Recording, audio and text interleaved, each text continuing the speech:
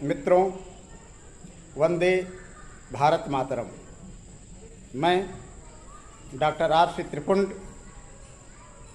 मातृभूमि सेवा संस्था का एक अंगभूत घटक, आज एक बार फिर आपके सामने ओम के बारे में अपनी कुछ जानकारियों को लेकर प्रस्तुत हूँ, जिसे मैंने अपने पूज्य गुरुदेव जी के सानिध्य में रहकर ओम का जप करके और कुछ थोड़ा बहुत तप करके, दशाधिक पुस्तकों का अध्ययन करके और कुछ इंटरनेट गूगल से जानकारी प्राप्त करके जो कुछ भी जाना समझा है, इसकी महत्ता आपके समक्ष प्रस्तुत कर रहा हूँ कि ओम का ग्रंथों में बढ़ चढ़कर बखान किया गया है। मांडूक्य उपनिषद में भूत, भवत व भविष्यत तीनों कालों को ही ओमकारात्मक कहा गया है। छांदोग्य उपनिषद में भी ऋषियों ने गाया है ओम इत्येतदक्षरः, अर्थात ओम अविनाशी, अव्यय व क्षरण रहित है। मार्कंडेय पुराण के अनुसार मानव को ओम रूपी धनुष पर अपनी आत्मा रूपी बाण को अपने लक्ष्य यानी उस एकमात्र ईश्वर यानी परमेश्वर की ओर साध देना चाहिए, ऐसा कहा गया है। अपने इस संपूर्ण ब्रह्मांड में ओम सदैव गुंजायमान रहता है।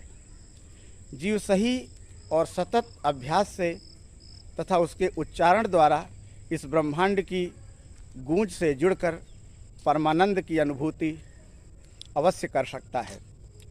श्रीमद् भगवद गीता में ओमकार को एकाक्षर ब्रह्म कहा गया है।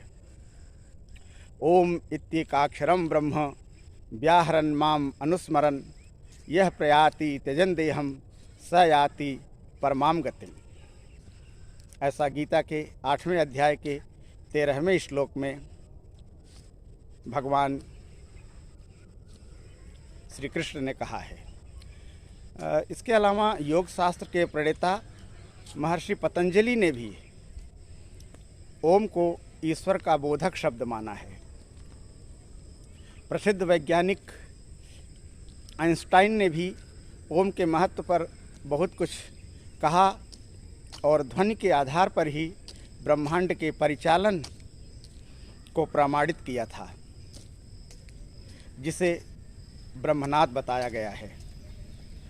थॉमस अल्वा एडिसन के द्वारा जो निर्मित प्रथम ग्रामोफोन था, उसमें ओम और ब्राह्मि युक्त गायत्री मंत्र की ध्वनि देकर ही अनुसंधान किया गया था, जिसमें गायत्री मंत्र का गायन मैक्स मूलर ने किया था।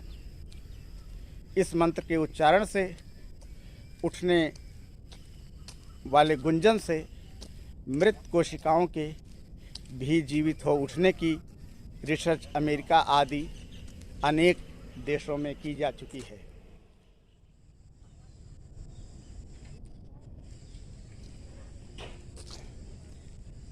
ब्रह्म प्राप्ति के लिए निर्दिष्ट विभिन्न साधनों में प्रणव उपासना की प्रमुखता मुंडकोपनिषद, कठोपनिषद, तैत्तिरीय उपनिषद, सत्यार्थ प्रकाश आदि अनेकानेक ग्रंथों में सिद्ध की जा चुकी है।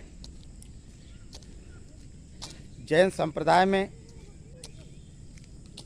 यत्र तत्र सर्वत्र ओमकार के प्रति श्रद्धा व्यक्त की गई है। रणमोकार आदि मंत्रों के आदि में ओमकार का होना हमें ज्ञात ही है। प्रणव या ओम, इस शब्द का अर्थ है प्रकर्षेण नूयते स्तूयते अनेन इति नौति स्तौति इति वा प्रणवः। बौद्ध दर्शन में मणिपद्मेहुम का प्रयोग जप एवं उपासना के लिए प्रचुरता से हुआ है। इस मंत्र के अनुसार ओम को मणिपुर चक्र में अवस्थित माना जाता है। यह चक्र 10 दल वाले कमल के समान होता है। गुरु नानक जी का शब्द एक ओमकार सतनाम इसके अनुसार राम, कृष्ण, शिव, शाक्त आदि सब फलदायी नाम ओमकार में ही निहित हैं। महात्मा कबीर निर्गुण संत एवं कवि थे। उन्होंने भी ओमकार के महत्व को स्वीकारा और इस पर साखियों की रचना की। ओम ओमकार आदि में जाना, लिखियो मेटे को ताहि न माना। ओम ओमकार लिखे जो कोई, सोई लिख मेटड़ा न होई। इसी के साथ आप सभी को धन्यवाद। फिर मिलेंगे। जय श्री कृष्ण।